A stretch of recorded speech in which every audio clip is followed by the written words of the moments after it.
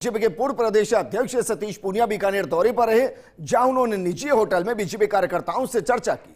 इस मौके पर पूर्व प्रदेश अध्यक्ष पूनिया ने कहा कि जो ईवीएम और चुनाव आयोग पर सवाल उठा रहे हैं वो देशद्रोह कर रहे हैं।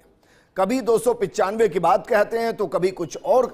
उनकी पार्टी में ही एक राय नहीं। प्रधानमंत्री मोदी तीसरी बार प्रधानमंत्री बनेंगे। इस मौके पर कैबिनेट मंत्री सुमित गोतारा और बीजेपी नेता सत्य प्रकाश आचार्य भी मौजूद रहे। पूर्व प्रदेश अध्यक्ष पूनिया से खास बातचीत की हमारे रेजिडेंट एडिटर लक्ष्मण राघव ने।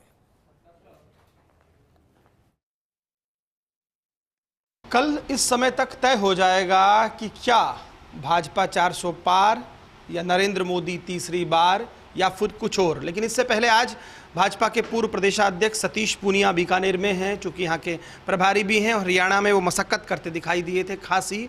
उनसे हम बात करते हैं और समझते हैं जिस तरह से आज। सबसे पहले बात मार्केट से ही शुरू कर दूं। अर्थव्यवस्था की बहुत बात हुई थी जब पहला टर्म था मोदी जी का, तो बाजार बहुत ऊपर है, कैसे देखते हैं आप?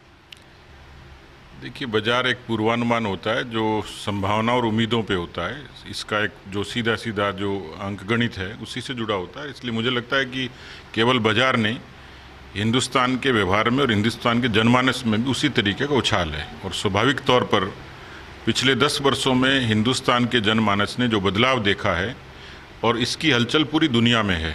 मुझे लगता है कि जिन लोगों ने मोदी जी का कन्याकुमारी का लेख पढ़ा होगा उसमें स्पष्ट हो गया कि ये जो चुनाव था केवल भारतीय जनता पार्टी का नहीं, केवल एक विचार का नहीं, ये भारत के उदय के साथ विश्व कल्याण की कामना के साथ था। इसलिए मुझे लगता है कि इस चुनाव की उत्कंठा पूरी दुनिया में है और वो बहुत अच्छे तरीके से कल के परिणाम का स्वागत भी करेंगे। पर राजस्थान में 25 नहीं, कुछ गलतियां हुई?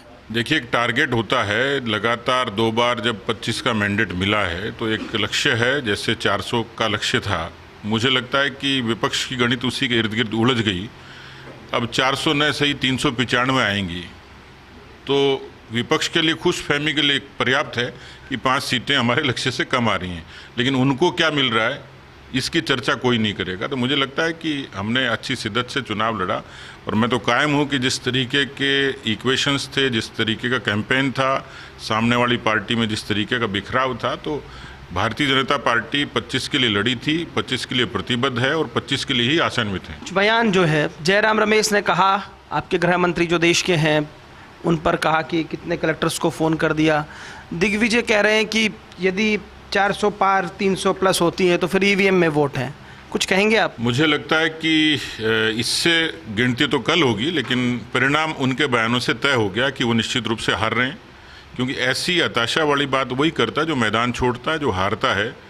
और इसलिए जयराम रमेश कहें या खड़गे कहें, कभी तो 295 की बात करते हैं। मतलब पहले अपनी पार्टी के भीतर ही वो क्लियर नहीं है कि वो किस मैंडेट के लिए लड़ रहे हैं। तो ईवीएम पर सवाल खड़े करना, मैं तो ये मानता हूँ, एक तरीके का देशद्रोह है, क्योंकि वो संवैधानिक संस्था से जुड़ा है।